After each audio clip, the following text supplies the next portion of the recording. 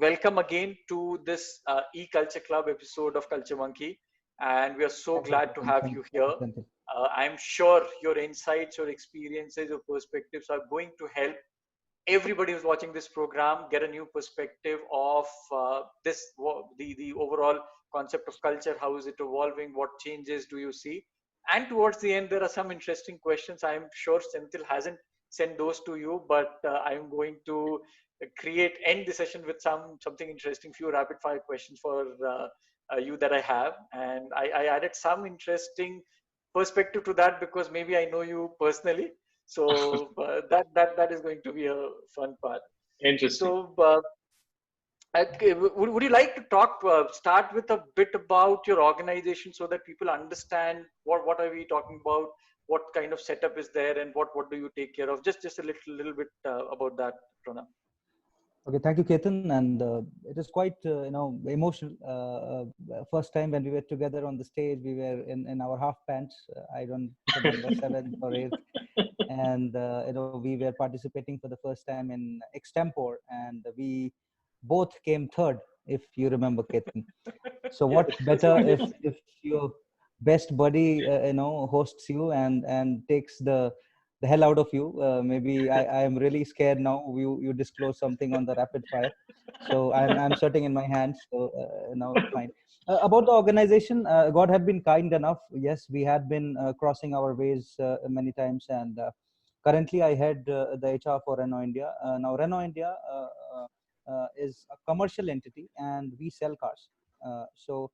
If Renault, Nissan, and Mitsubishi Alliance, what we talk about, we as a alliance, we make the car together, we engineer the car together, we manufacture the car together, but we sell the car differently. So then Renault and Nissan becomes a different company.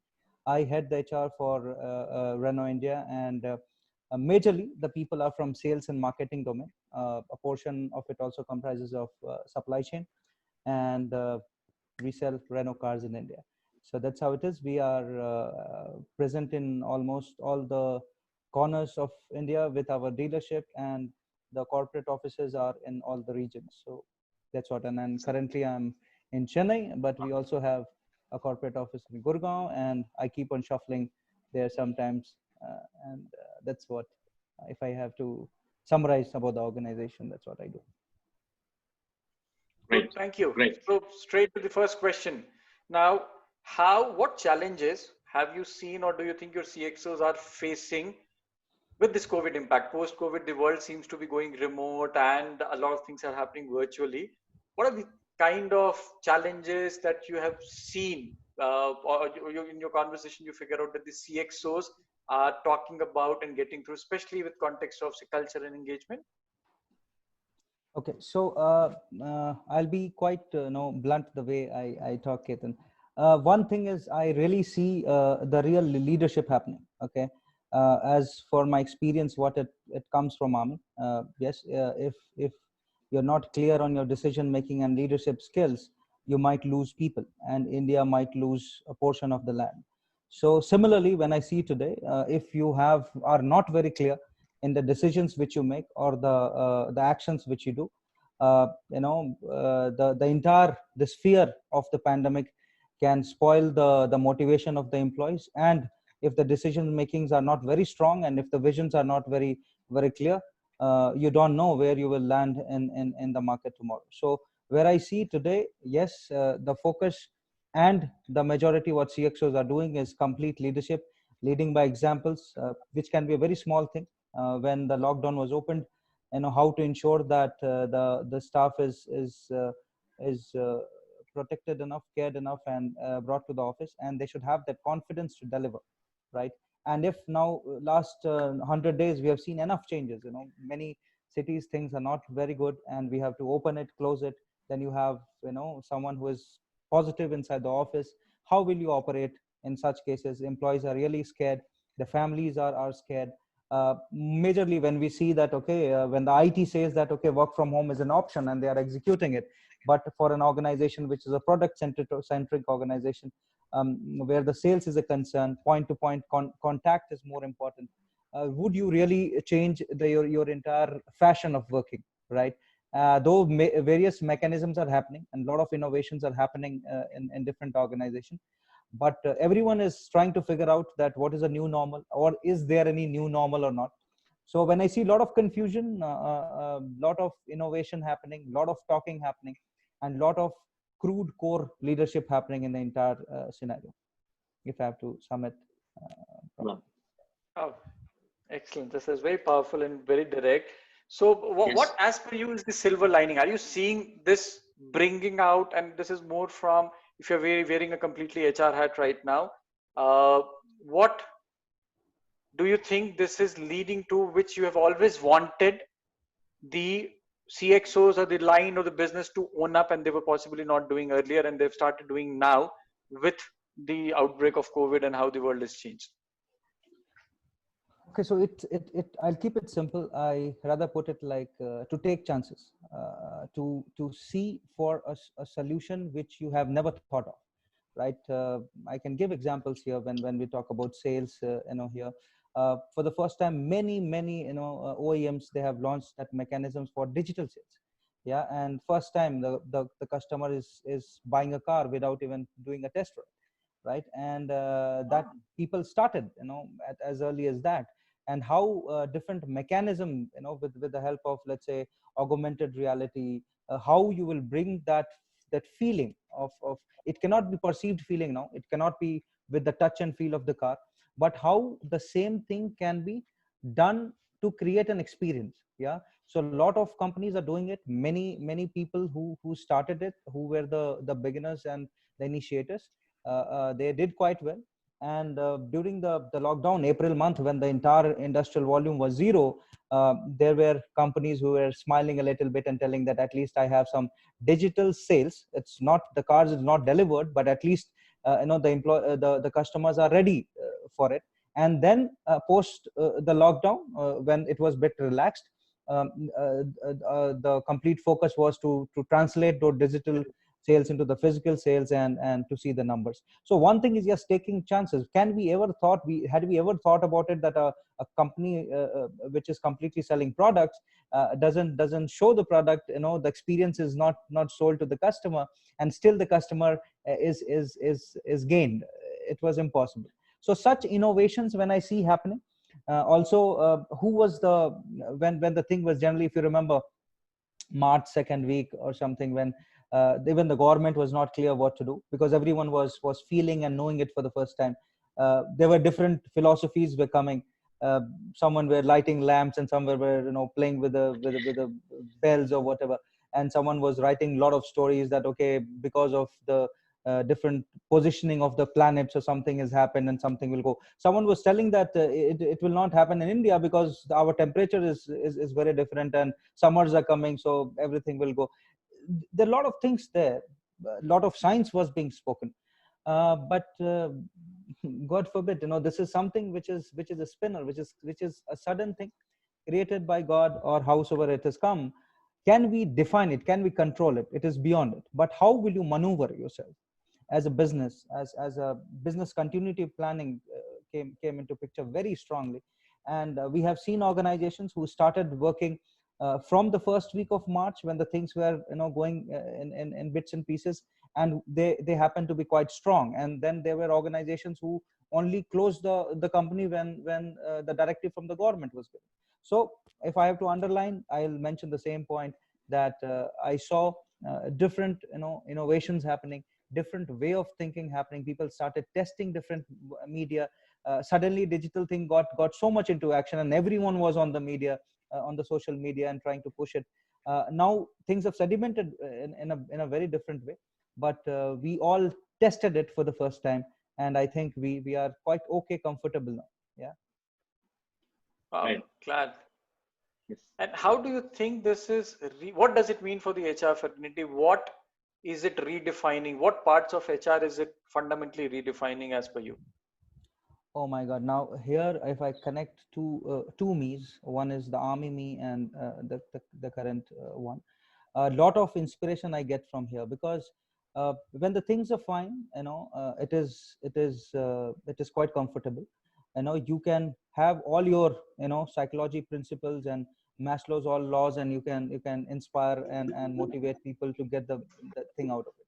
Now you have a guy who's scared, who doesn't bother that, if today tomorrow he has a job or not, but today his those lower things are more important. The basic needs, the physical needs, the security needs are more important. How will you invert the triangle and start working again, right? So where these things are important, and they don't a lot of people move back to their natives. uh, Business continuity is happening, but we know that they're fearful. Some places where the connections are not a problem, how will you force them to operate, or to contribute, right?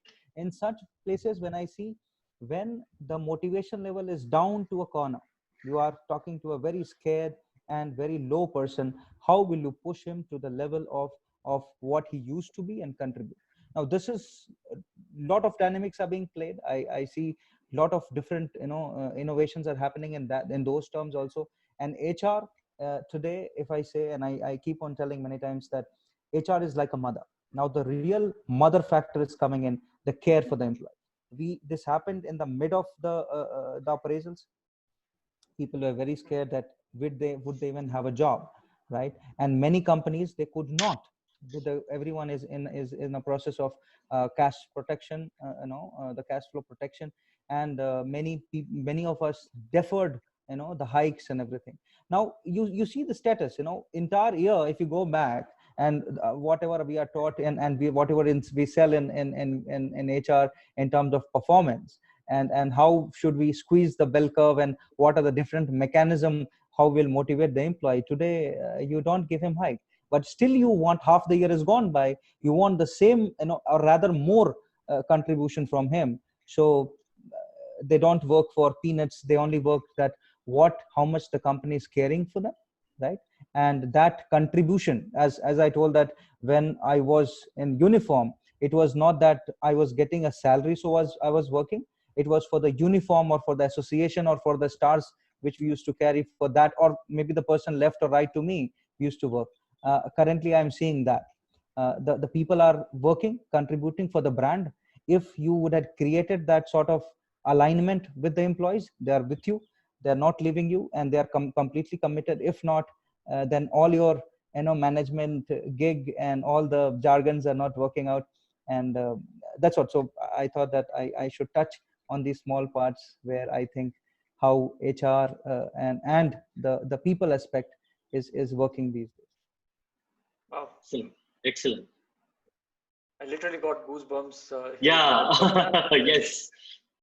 that's so powerful and so meaningful when you're saying that it's the real. If you had a connect, you'll be able to bring take it ahead with this difficult time where the theory that we talk about, that money is a hygiene factor, but not the only thing that drives it.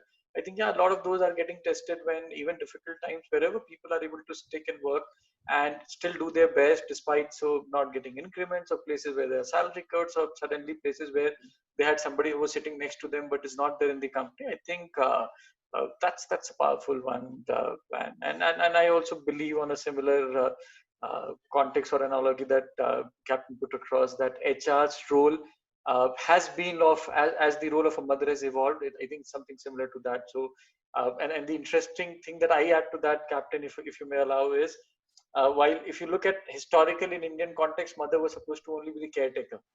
Now they are also the inspiration to do the earn for the house and balance everything. So I think the role is also evolving. But I love that context that you drew. But thank you so much for calling that out. That was interesting.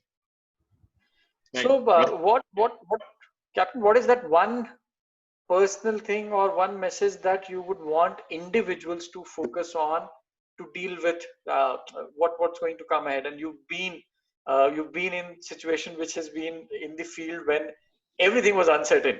The only thing you were certain about was yourself, probably at that moment. But you've possibly dealt with that again and again, and would have led a bunch of people into something like that. So what is that one thing you would want to tell every individual on this planet, this world, in terms of what they should focus on and how they should deal with the situation? uh, Many places I've gone, and I am quite in love with this word called resilience. So my thing is bouncing back, that is something which is very close to me. And when we can connect with my previous life to this life, which is either you have it or you don't have it. And if you don't have it, then you have to make it. There is nowhere in your life if you cannot bounce back, you cannot face it. You think that you will be sitting with the dog with the tail between the legs, and you think that you will survive. You will have to face it. When we opened the office, I told my leadership team that every day I want all of you to be in the office. Now this is because we have to create that example from leading from the front, that yes, if it is there first, we will create the example and people will follow, right? So there is no other options. Either it is a choice. Tomorrow, if this is the end of it, you have a choice. Either you die fighting, or you die just getting scared out of it, right? Right. So I will put very clearly resilience. You have to fight back. This is what you have to keep it in the center. We have to be safe, and everything is fine. But if it comes, and I have some examples where I have seen a few of the cases where the COVID has happened. And the other things, like people are so scared, and they get so frightened out of it, uh, that and different videos are available on the net too. But I have seen people going through it. Few of guys told me, boss, I never felt it. I had no symptoms. I was completely fine. It was like a any other day running nose after when you have 2-3 glass of chilled beer, and maybe, Yeah. maybe you're not feeling that good. So Yes. it was like that. But if you carry yourself, that I'll not talk about positivity or attitude and all the thing. I will say, this is the situation we are in. Can you do something about it? I don't think so. At least you can frame your mind, you can program your mind to come out of it. You can see the situation. If you see the situation that tomorrow things will be fine, and you will be getting over it, as it will drive you through. If not, then you will be completely sitting like that dog with the tail in between the legs, and trying to see that, oh my god, tomorrow what will happen? They will sack me. They will be here, the company will be closing, the entire infrastructure will be going down. I don't know how it'll start. Shall I go back to my home? Shall I bring my parents? And unknowingly, knowingly, you will have that dangerous hormone secretion, you know and the life Yes. will be over. You saw a few days back how people succumb to it, and it takes lives. It is dangerous. Yes. Rather, Yes. live with this. Feel that resilience, the fighter. We are born as warriors, right? And we will come out from it as a warrior. So that's how I keep it. Wow. Wow, thank you. Thank you. I So, don't know what to say. It's definitely like watching a movie, Captain. Yes. Thank you. Yes. Yes. all right. So, coming to the last question of this session now, there's a particular way culture has been defined historically. We've seen that. Now, do you think it is going to be, or is e-culture the future? Is e-culture going to be the new way culture is being would be defined as we go ahead? If you This is a very a question which you're putting very early. I'll rather, a lot of discussion I keep on seeing on that thing, and people are accepting it also. But me, Ketan, I am an old fashioned guy. I still feel that culture is what will be defined by people. And how it will be defined by the people. How do you make culture? You have a society. You create heroes. You create stories about the heroes. You create festivities and associations around that hero, and the thing becomes a culture. Yeah, you remember our Yeah. days. We have some gods and all, the way we do it, and that's how it becomes a culture. I still feel that thing is will be a part of it. Of course, it connects thing, and the technology, we cannot say it will be a supporter. Technology will be a crusader from here. But yes, that people connect, that examples, creating examples of the people, creating the examples of those guys whose leadership change the entire mechanism of working. Whatever way, you can today, the only those people will be coming in terms of the platform might change. But it will be driven by the people. Till the time human race is will be surviving in this planet, the culture will be created by the people and their examples, how they conduct themselves in any scenario, is what I feel. And rest everything will be platforms, and the connections, and how it will reach to every employee, or every person here. Right. Right. Glad. Thank you. I think I love the simplest, one of the most simplest definition of culture that I've heard Right. recently. But, that's very interesting. All right. Okay, so the rapid fire questions, Captain. If you're ready, I am going to shoot at you. Go ahead, all yours. Okay. So next life, what would you want to? What would you choose? HR or the life in the army?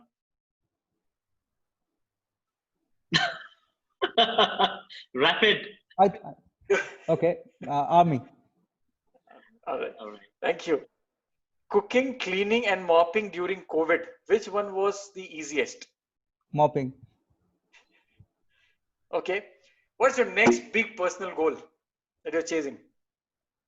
To repeat a full marathon again. Wow. Wow. Okay. And one thing that you would personally like to thank COVID for?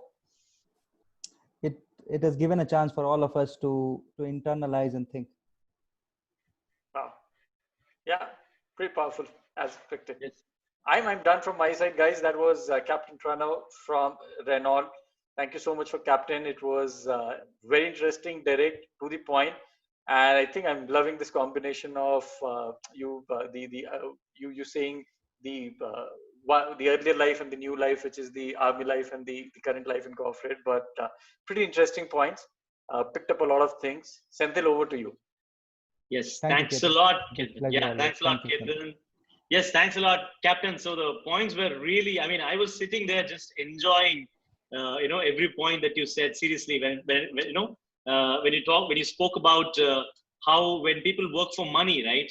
If an employer is offering like 100K, it's easy for the next employer to pay 110K and poach him, Yeah. right? But if the team, if they are working with the camaraderie, if you're working for a uniform, you're working for a purpose, right?